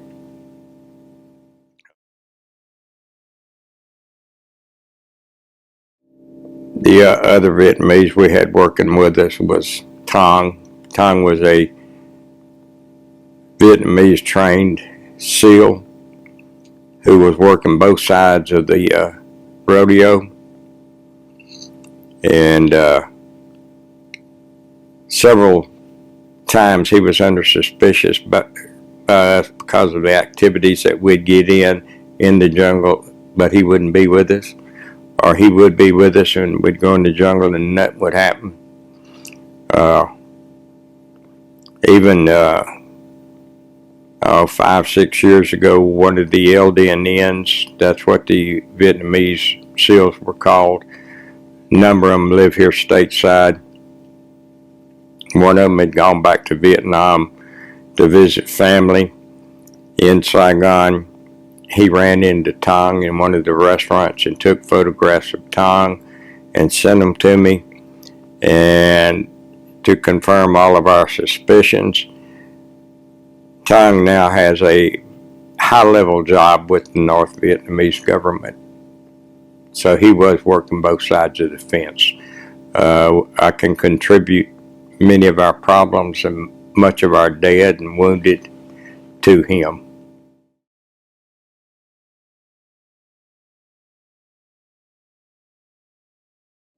About 25 years later, I made my first personal visit back with Paul Barnes. Now, we had stayed on constant communications. Even after me and the wife first got married, it was real hard for her to get a grasp on how expensive my telephone bill was. And that was the best thing about the internet coming along, and I could just text him, or I could just send him a note. And so I finally made up my mind I was going to go up and see him.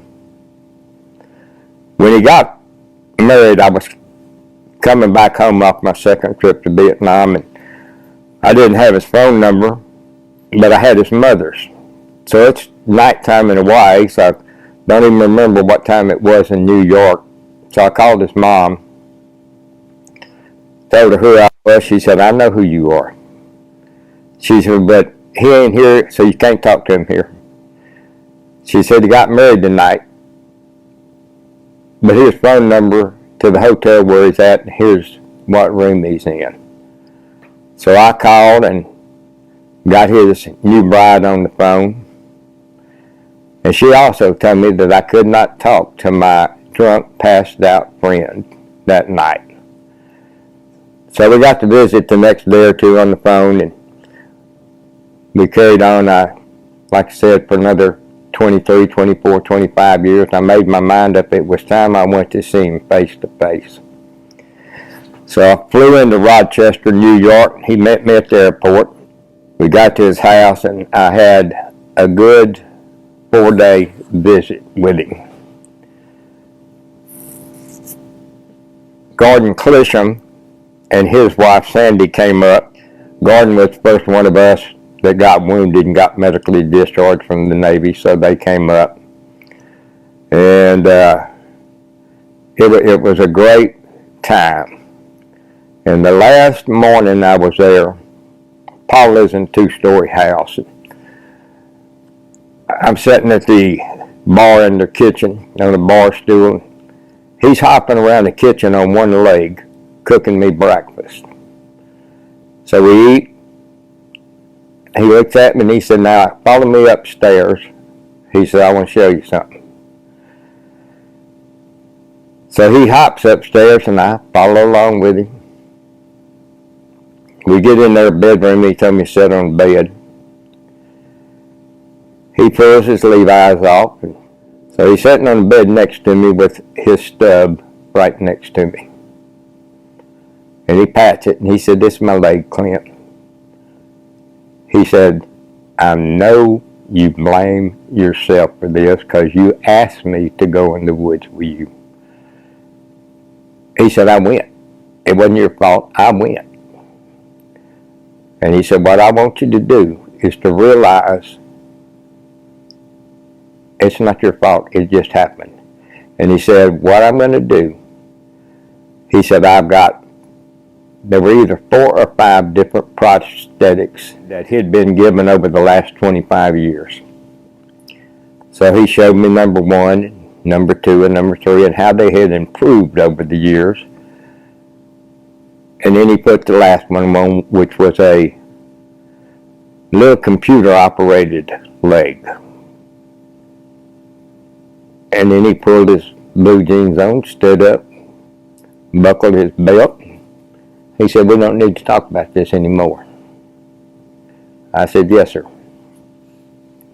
So a number of years later, one of his daughters calls me and she said, "Clinton," she said, "if we fly you to New York, will you come up here and be the surprise birthday present for our dad on his 70th birthday in Ithaca, New York?" She said, "I know you love Ithaca shotguns." She said, "You can even see where they were made for years." So I flew up, and I was probably there 4 or 5 hours before Paul. Paul didn't know I was coming, and he and his wife lived maybe 45 minutes to an hour outside of Ithaca. So when he and his wife got there, I was in the motel room hiding behind the door. Several of his old aunts and stuff were there, and a bunch of his cousins were already there, and they knew I was there. And when he walked in the living room of that motel room and saw me, he went to bawling. I mean, it was just a great reunion, and we had a blast. He got a second cousin, who's an active duty SEAL today, and he was there. So we got to tell old Vietnam War stories and then listen to new SEAL War stories.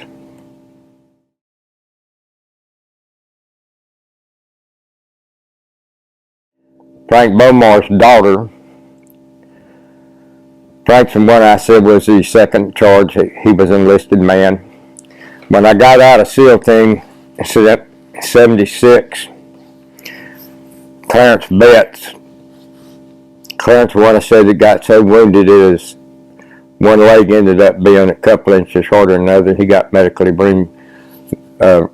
discharged from the Navy. And all of us SEALs stay in contact with each other.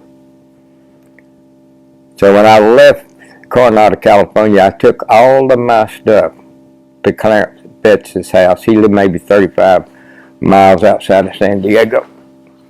I put it in his attic. I said, "Clarence, Sunday I might come out here and get this up, and then sometimes it might just stay there forever. It just depends."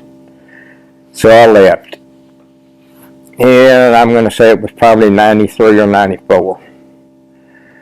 I called Clarence, told him I was going to come to San Diego and like to pick up my stuff. He said, "It's still where you left it in the attic, Clint." So I got out there and sat down, drank coffee with Clarence, shot the bull. He said, "You can get your stuff out of the attic under one condition." He said, "You go talk to Frank Beaumont's wife." Boy, I just looked at him. Frank was what I call my sea daddy. He's the one that basically took me under his wing as a young naval operator. And like I said, his daughter was somewhere in the neighborhood of 20, 22 months old when Frank got killed. She had remarried a number of years later. She only lived about 8 miles from SEAL team. Her second husband owned a large pet store in Imperial Beach, California.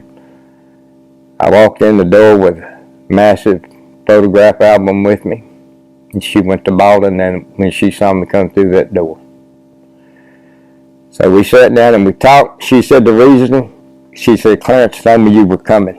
She said, "The reason I want to see you," she said, "Frank's daughter is in law school in Palo Alto, California. I need you to go talk to his daughter and tell her about her daddy." Well, that's the hardest thing I ever did in my life. Nora and I are still close friends. She's still close to all of us that fought and served with her daddy. X-Ray Platoon, about every other year or so, has a reunion back in Baltimore, either in Baltimore or Pennsylvania. and Nora will show up, bring her kids. Nora's the one that first took me to see the Vietnam Wall in D.C. It was really something to be there with a daughter. All right, we'll get off that one for a minute.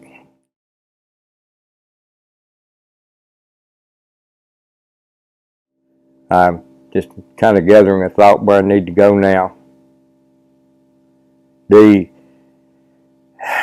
scope of our operations and what we did, like I said earlier, we didn't take orders from anybody. We didn't receive orders from stateside. We didn't receive orders from anybody in Vietnam. We ran our own intelligence. We did our own intelligence gathering. We planned our own operations, and we picked who went in the wood, and each individual carried, if he was a M60 machine gun man, he carried everything he needed for that M60. As a radio operator, I carried a Prick 77 radio. I carried a Car 15 rifle. I carried a massive amount of frag grenades, concussion grenades. I carried 2 or 3 canteens full of gasoline. Never put water in them. You never know when you need to burn down a house in the middle of the jungle. And we all carried incendiary grenades for burning down hooches. But a number of times we were all out of incendiary grenades and I actually needed to use the gasoline I carried, even though the boss used to gripe at me for strapping gasoline onto my web belt. We targeted doctors, dentists, tax collectors, propaganda agents, village chiefs that were operating with the Viet Cong, district chiefs that were operating with the Viet Cong. And like I previously said, the majority of the time when we went in the jungle, we knew who we were going after. We knew approximately to the point of how many bodyguards he might have with him. One particular operation, we knew that the dentist was going to be coming through the Tan Phu secret zone to do dental work on any of the soldiers there that needed it. I don't really remember how many bodyguards there were with the dentist, but we took care of business. And one of the things that the dentist had on him, like any good dental shop in America, they've got extraction tools. They've got whatever they need to deaden somebody. And they normally, all of them, carry little plates of pure gold to cap teeth off. Now, this particular dentist probably had, I must say, about 20 very thin, 2.5 inch wide by 8 inch long pure gold plates with him to do cap work with. So we relieved him of that. We relieved him of all the other information that he had on him. The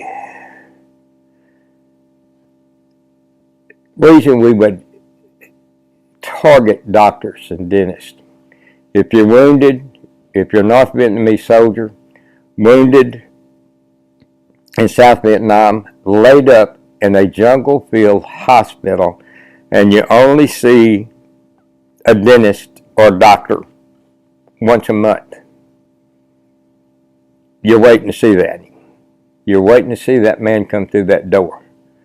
But if we could take out a doctor or a dentist, it would take a couple of weeks for North Vietnam to line up another one, to send him down to South Vietnam, so that injured individual might be waiting, instead of once a month, it might be 3 or 4 months before he sees a doctor. So it's just one of the casualties of war, why they got put on top priority on our list. The other times when we didn't actually know who we were going after, but we had plenty of information that there might be river traffic coming down this one particular river, we would go out and set up an ambush. Now, we might have to sit there 6 hours, 3 days, or whatever. So that's how we would fulfill our operational part of it. We did have a lot of fun. We like to get in our boat. We like to take 4 or 5 pounds of TNT and go down the river and go fishing. And if we didn't have any time to go fishing, we'd break out the water skis, tie a ski rope to the back of one of our boats, and we'd go water skiing while we were getting shot at with small arms fire, or even when they would fire shoulder hail B-40 rockets at us. It didn't matter. It was all fun. The life was good when it was good, and it was bad when it was real bad. My Prick 77 radio had a foldable telescopic antenna that wasn't available to the Army or the other guys. It was one of the specialty items that we had, so I could hook it into my radio. I could bend it over and tie it off to my operating vest, and if I needed to, I could put it about 15 foot in the air. And it was strong enough to where the 1 or 2 times that I got stuck in the river due to my weight, that I was actually able to fold that antenna over to one of the guys on the bank, and they were actually able to pull me out of the river with that antenna. Carried my Car 15 in the jungle. I wore a Viet Cong shoulder vest for my magazines, and I would normally carry somewhere in the neighborhood of about 300 rounds with me. A lot of people don't believe it. Many of us SEALs operated barefoot in the jungle. You take a guy that's got a number 10 boot, strap a number 10 combat boot on him, let him be walking into marshy areas of Vietnam with 20 other guys in armbat boots, and first enemy soldier that walks by goes, "Ooh, they've been here." Go in the jungle barefooted. Most of us at SEAL team at that given time were munchkins. We weren't real tall, we weren't real big. So you'd strap a barefoot, 8 foot barefoot or a 9 foot barefoot, we just blend right in. They couldn't tell if we were another Viet Cong walking in the jungle. We always wore Levi's.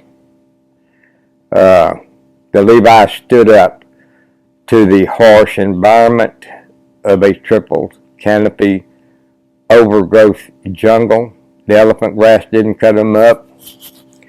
The only actual military gear that we wore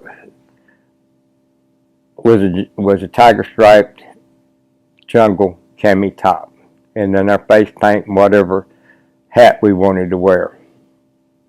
Now, when I did slip on a pair of boots and go in the jungle, there were certain given areas at certain times that I knew if we were going to be in the canals walking, I would put on a pair of tennis shoes,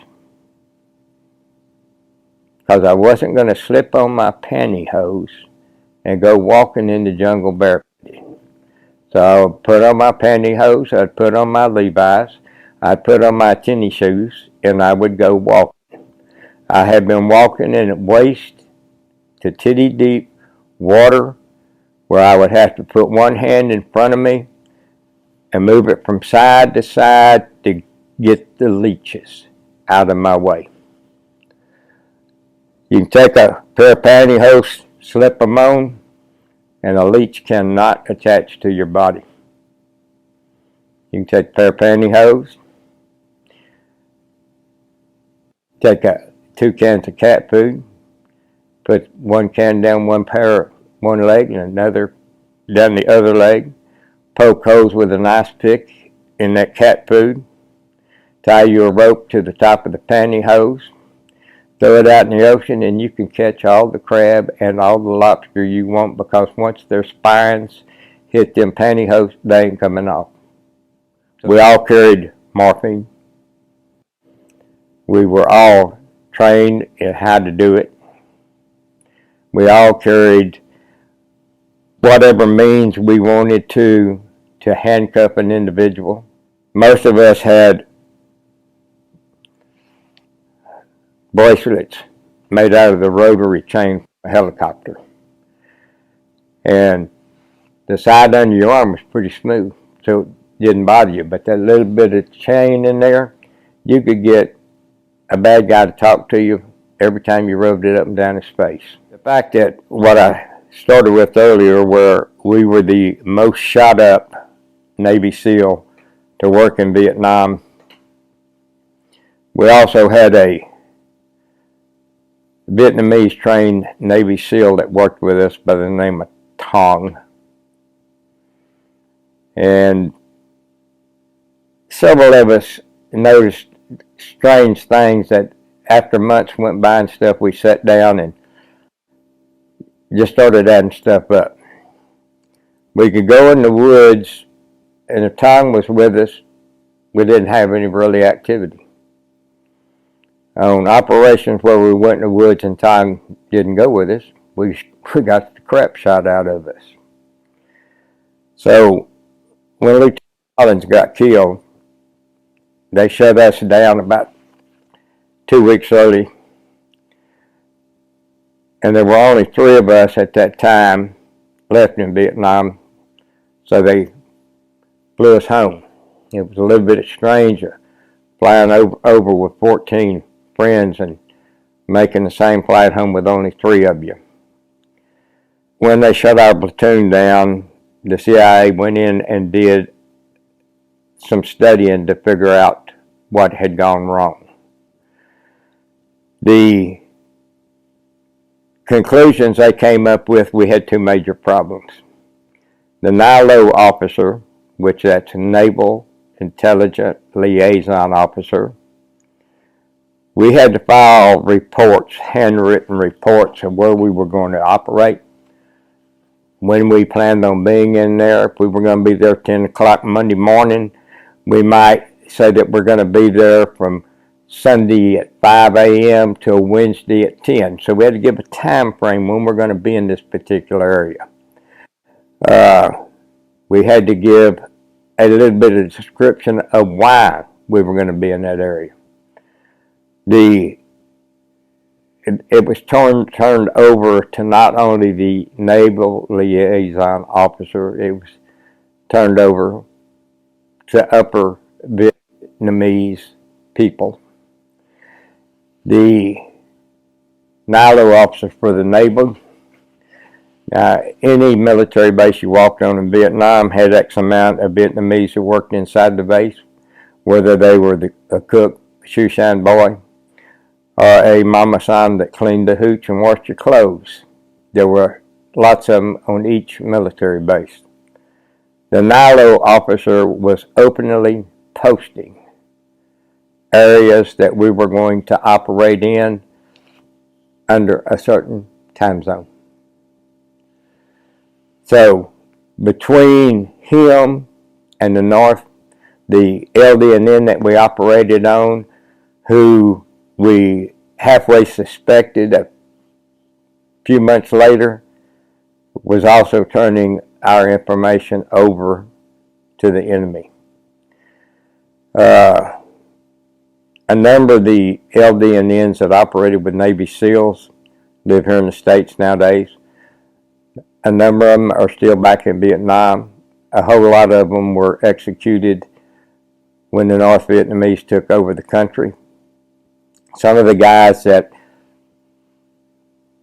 came and lived in the States are still allowed to go in and forth and visit family nowadays.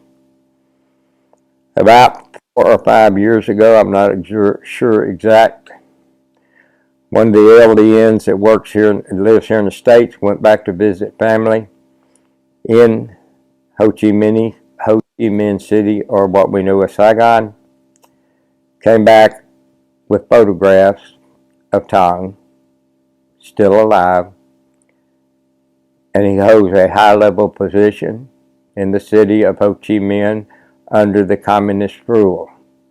So at that point there, we know, yes, he was giving out information on operations that we were conducting.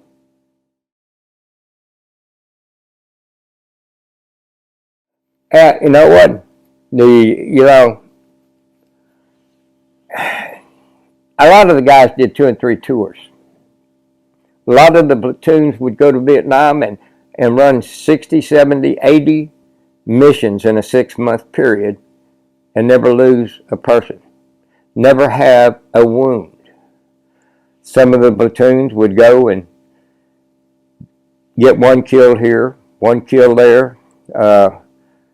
Like I told you earlier, I was talking about the 2 Navy SEAL friends of mine that went down on a helicopter that came in and helped us. Then I went through Hell Week. 5 of them got killed in a helicopter crash on their way to Saigon to go on a holiday to either Hawaii or somewhere. I don't remember exactly where they were going. Helicopter blades are very, very fragile. They fly X amount of times and they change the blades.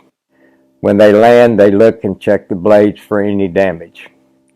And apparently what had happened, this helo that my friends got on had come over an area and taken several rifle shots that went through the blades, and at about 10,000 foot, the main rotor blade came off the helo and went down with them. One of them, without a parachute, jumped up and went into a free fall stance, and his statement of how he died, he drowned it in a rice paddy. So he hit the ground alive and still sucked up enough water in his lungs to drown him.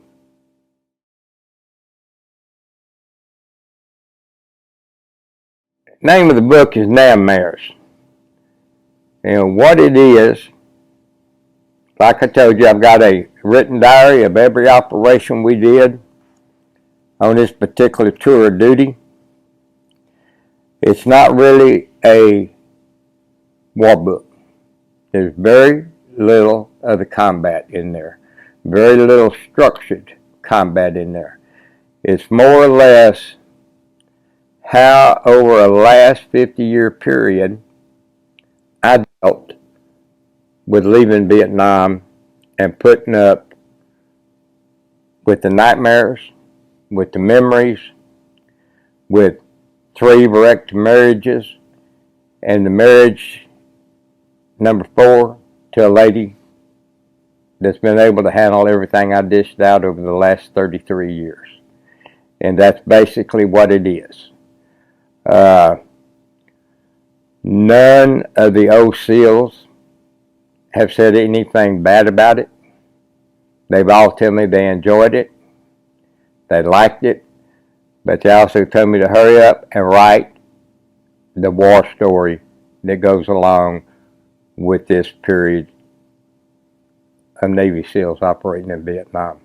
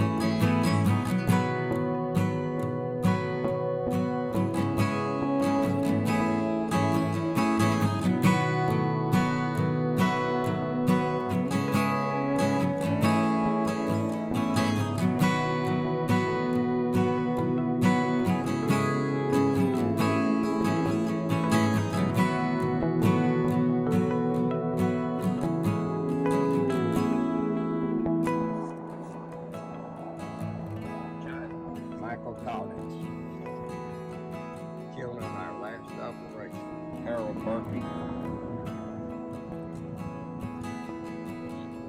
Frank Bowmore, and James Ridley.